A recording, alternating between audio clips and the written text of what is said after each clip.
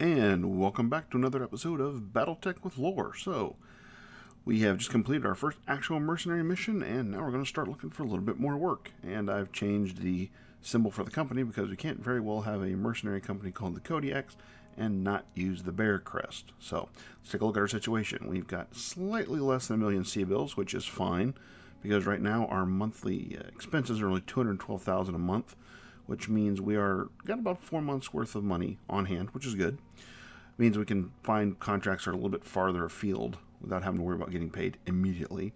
Our Spider and our Shadowhawk are in repairs for the moment, but that's okay. And we're about to have our first financial report. But first, let's see if we can't find a contract. Alright, Darius, what do you got for me? Capturing a logistical base on Detroit, or key personnel. Yeah, assassination missions typically wind up being harder to complete than others because inevitably the target's mech is pretty big and they will always bring along extra support. So this whole thing where it just serves you half a skull of difficulty is just a dirty lie and doesn't pay quite as well as capturing this logistical base. It's not too bad, but there'll certainly be some turrets, but we can take out turrets pretty easily, and it's at Detroit. But we can get this assassination done right now. So you know what? We're going to do that for the Magistracy of Canopus. We're going to make a little money right where we're at. Oh, wait, no. Shoot. As you recall, we got our Battlemechs for getting repaired. So what we're actually going to do is we're going to go out to the logistical base, because that'll give us the time for our mechs to get repaired. And we're going to go for a little bit more salvage. By your command. We're going to accept that. So now we're going to break orbit. So what are we going to talk about today? Well, I actually want to talk about the actual structure. Oh, here we go. Financial report. There's our operating expenses out, and we're doing fine. Now, you do have the option to come in here and you can cut back on some of your expenses, which will save you some of, which will either cost you morale or benefit you morale. But in general, it's just, this is not much of an effect. I mean, in the grand scheme of things, it's just not a whole lot of morale. So personally, I just don't see the point in either hurting yourself or benefiting yourself. I mean, maybe hurting yourself if you're really hard up for money, but we're just going to leave it as is. So, Battlemechs. How are they put together? How are they actually constructed? Because that's kind of an important detail. It'll help you understand a few of the quirks of the way things work in this game. The first thing you got to understand is that Battlemechs are not built like a vehicle. They're actually built more like a person. They have an actual internal skeleton that everything is hung from. That's why they can lose entire sections of armor, entire sections of the mech itself, and still keep going, because they have that internal structure that they're built on, not the external stuff that you see. And at the heart of every Battlemech is a fusion engine. Now, exactly what kind of fusion engine it is varies wildly depending on who you're actually, who writes the books, who's writing the fiction, who's drawing the art. Some of them are the Toroidal tokamak styles. Others look like lozenges or something. They all vary a little bit from description to description, but they're all fusion engines.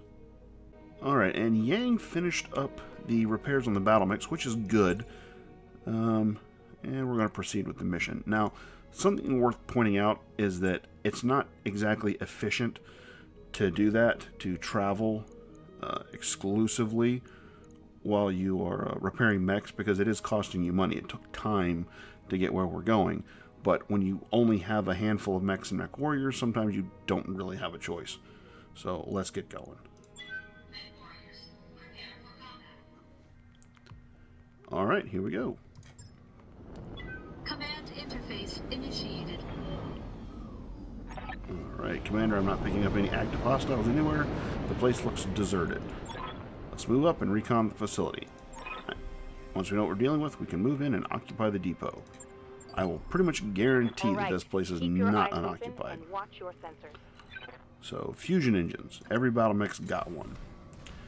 And the thing about it that you need to understand is all that heat that your mech is generating, almost all of it is coming from that fusion reactor in its operation. That's where all that heat is coming from. It's not the actual lasers and PPCs and, well, it is the rockets firing and the guns firing, but the energy weapons It's all that fusion reactor having to crank up to provide the energy necessary to operate all those high energy weapons. So you've got an internal structure, you've got a fusion engine, but what is actually making the Battlemech move?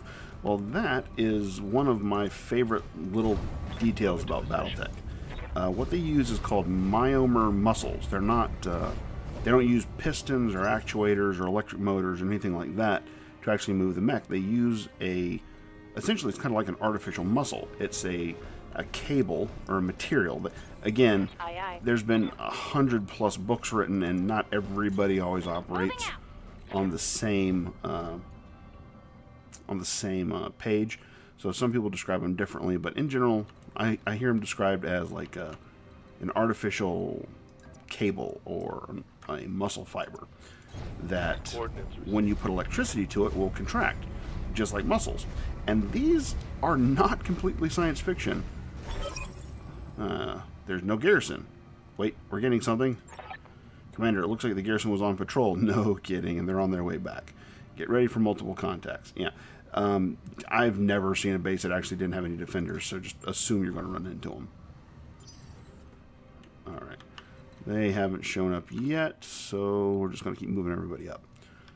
So these muscles, they're actually something very similar to this being developed right now. And, geez, I forget exactly which college it is. But they're developing a myomer muscle that will contract significantly when you put electricity to it, just like a muscle, and just what they talk about using in Battletech for the mechs. So that's pretty cool. It also has the side benefit of, since it is sort of like a muscular and it's a whole bunch of very much like cables, it's pretty damage resistant. You can bust it, and as long as you have at least 1 or 2 cables remaining, 1 or 2 myomer bundles, you can still move the limb. Alright, here we go. Contacts. We've got, doesn't know what it is.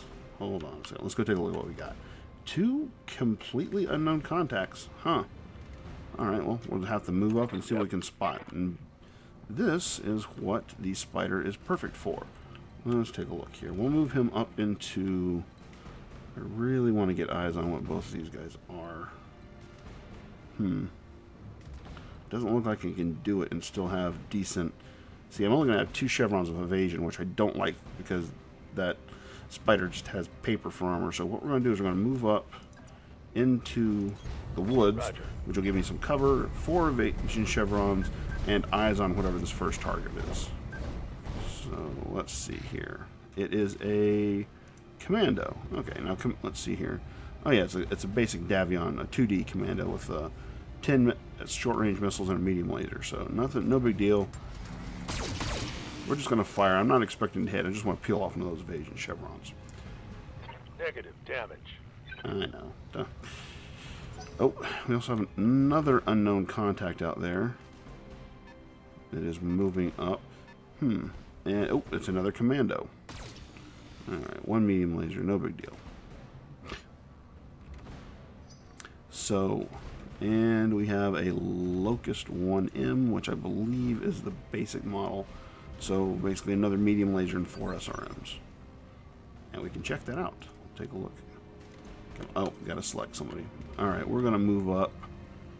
Yeah, that'll give us eyes on everybody.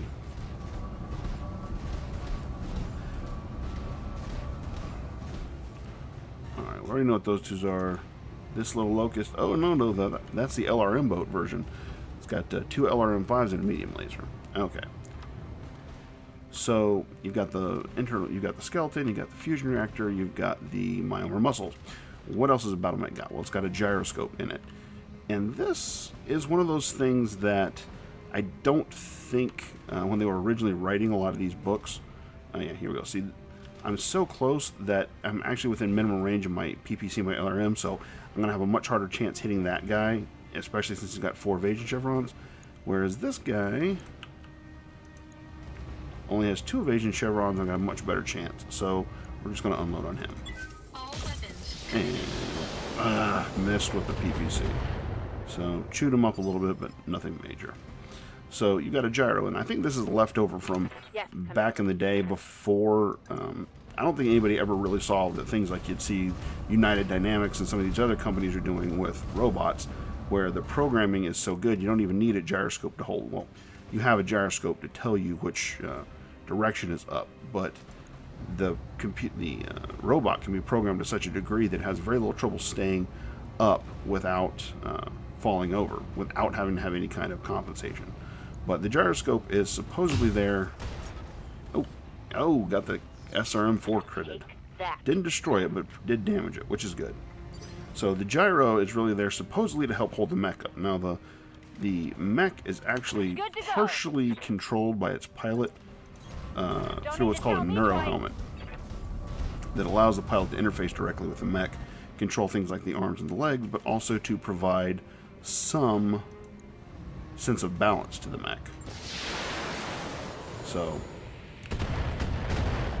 the way I kind of rationalize it to myself nowadays is that the gyros, that the mech's balance mostly comes from the mech warrior and just the controls of the mech, and that the gyro is just there for when you take those really monstrous hits to try to help keep the mech on its feet. So, but anyways, you got engine, gyro, you got a structure, you got the muscles, you've got the pilot with his neuro helmet, and yes, Commander. All right, let's see what we're going to do with Medusa here.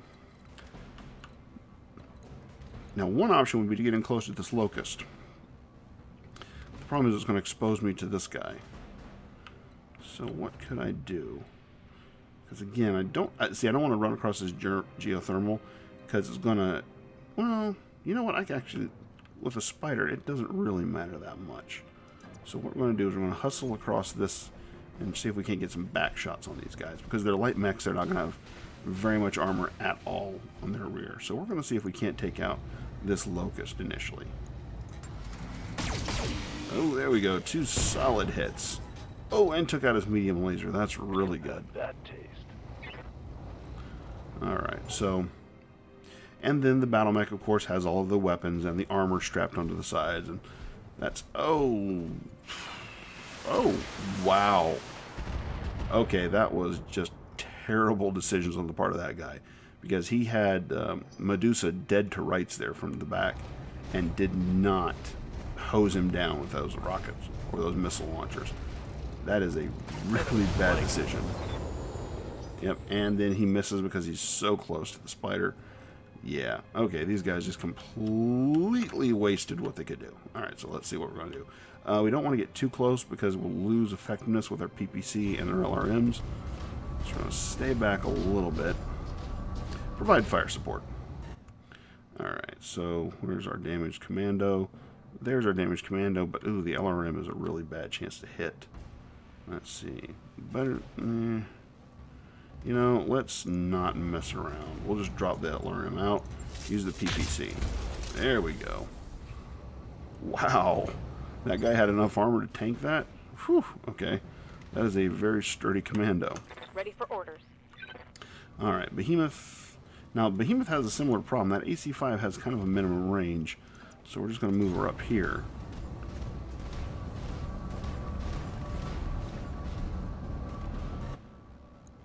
And, yep, see, AC-5 is having a low chance to hit, but everything else has a pretty decent shot. So we're just going to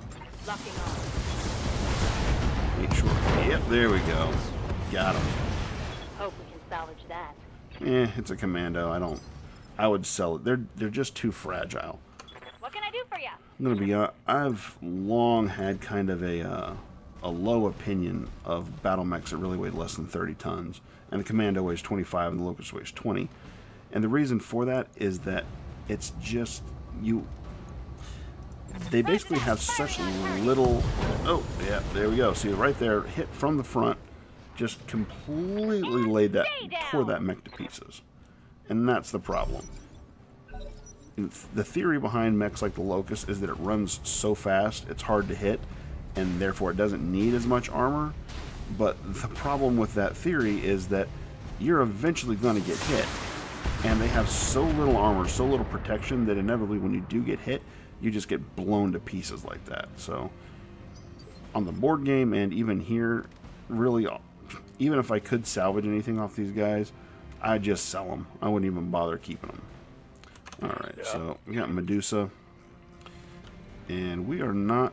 Let's see here. What can we do? Yeah, we're going to run Move order. so that we keep our evasion pips up because I don't want him getting hit. I like that paint job. Alright. And we'll just use our 2 medium lasers. There we go. Yep. See, again, 2 medium laser hits and his leg is gone. These light mechs. Okay. So now that he's laid out, we've actually got an opportunity here because when mechs are knocked down, and this is something you're really going to want to try to do as often as possible is knock mechs down, is you can perform a called shot. So since that leg is gone, what we're actually going to do is, let's see here, we've got a 50% chance for the torso, only 15 for the leg, which, that's another way you can destroy a mech is take off both legs. But since I don't really care about salvaging the mech, we're just going to aim for the center torso, use the PPC. Oh, didn't get the kill. Critted the SRM-6, but didn't get the kill. What's up, boss? Not a big deal. We're just going to leave her there. We're not even going to bother moving. And again, called shot on the center torso. And we'll just fire everything. Targeting. There we go. Got it. Dropship inbound for landing. We're going to get in and out quick. Okay, well, if you feel like it, we don't have anything left to oppose us. The depot is ours, Commander. We're ready to pull you out of there. I suspect the locals will be very pleased with this haul. I don't care about the locals, as long as they pay up. I'm worried about my haul. So let's see what we get. Alright, it's about 70 grand for taking the depot. Nobody took any serious damage, which is good. And we've got a whole lot of commando parts. So let's see here. Yeah, that is the downside of fighting these guys. There's next to nothing worth taking. So we're just going to take 2 pieces of commando. That'll get us a lot closer to having one we can build complete. Because you got to get 3 pieces. Once you salvage 3, you can build the mech. And once I build this mech, I will promptly sell it for reasons that should be perfectly obvious after watching that.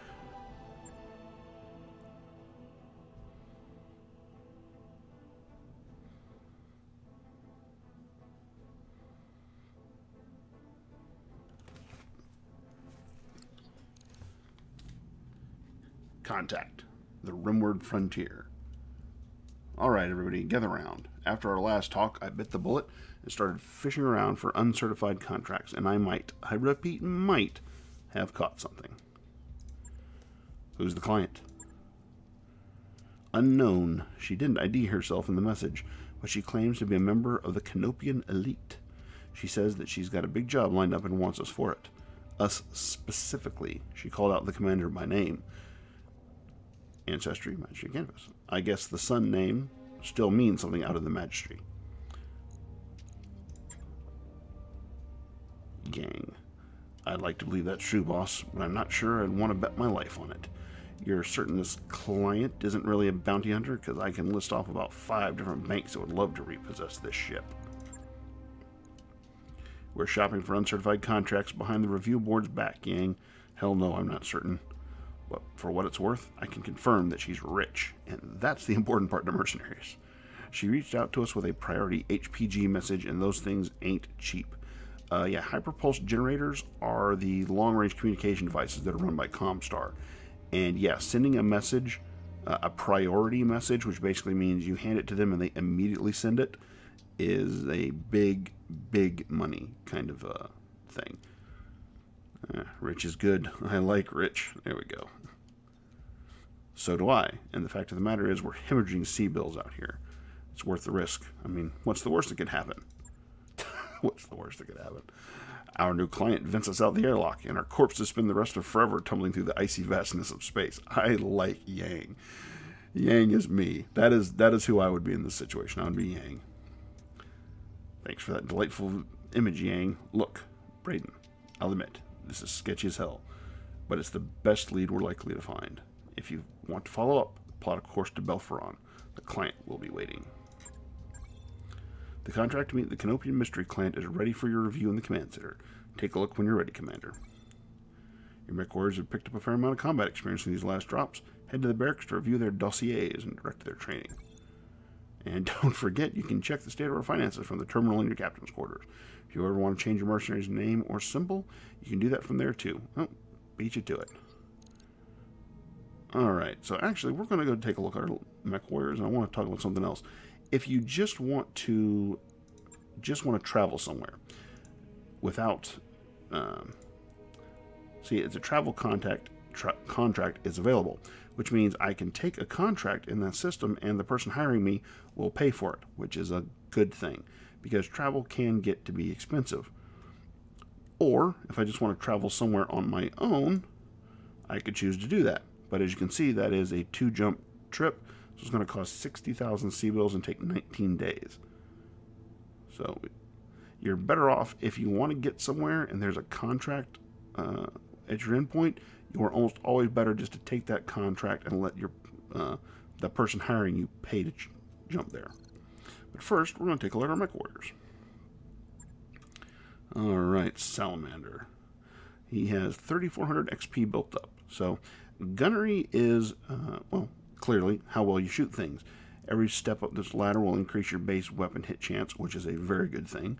Plus, you have the ability to get to multi-targeting, which allows you to target up to 3 separate targets, which is good because especially when you're getting swarmed by a lot of vehicles, or if you've got a few enemy mechs that only need a little nudge to finally go over, this will let you spread the love around and take them out. Piloting is, well, essentially it's how well you can pilot the mech, how quickly you can move, your evasion, plus your anytime you want to go into melee, this is going to govern your melee chance to hit. Guts is mostly going to give your pilots additional health, as well as reduce the recoil penalty. If you recall, whenever you fire an autocannon, the next turn your accuracy is slightly reduced until you spend at least 1 turn not shooting. Well, this will help to mitigate that recoil penalty. And then here's the one that will just break the game, tactics. Because every time you take a step up the tactics tree, you're going to see your indirect fire penalty is going to get lower, your called shot ability is going to get better off, which lets you target individual sections of an enemy mech. And if you get it right, when you start to drive some big mechs with a lot of guns, if you do a called shot on the center torso of an enemy vehicle, you can destroy it immediately. Well, on an enemy mech, you can just destroy it immediately. And that will do a world of good in quickly turning an engagement on its head if you can just knock 1 or 2 enemy mechs out of it instantaneously. Honestly, I think that putting as much of your experience into gunnery and tactics as possible is probably your best bet. So that is exactly what we're going to do. Mech warrior training complete. Now the indirect fire penalty is also your firing your LRMs over cover. So especially for someone like him who's driving a Griffin, that's a good idea. So, Orders. Medusa has a good amount, so we're going to give him some tactics and some gunnery training. You can see getting better base to hit chances. Training confirmed, Commander. Commander? Glitch has enough. Nope, not enough yet. Yep, needs 2,500 and we only got 16. So, can actually do sensor lock. Now, sensor lock is good because if you sensor lock a target, it takes 2 of their evasion pips off. So that's a very good thing for scout mech pilots to have. The downside is you're going to get out of using scout mechs pretty quick. So this is not really that big of a deal, which allows you to focus on getting multi-targeting and something like breaching shot to fill up this tree, because you can only have 2 here and then another one of these, or vice versa, 2 here and 1 of these. So you got to be a little choosy about what you pick, and really the sensor lock is not that big of a deal. Neither is, well, the Master Tactician is not bad because the initiative gain, but that's about it. Really, I focus more on gunnery and just don't mess with tactics too much. So, unfortunately, yeah, not a lot we can take for her. We'll just save her XP for later, and we will improve Behemoth's gunnery and her tactics a bit. Training complete. Alright. And next time around, we are going to go off and take a look at what our mysterious benefactor would like for us to do. This has been Battletech. I'll catch you next time.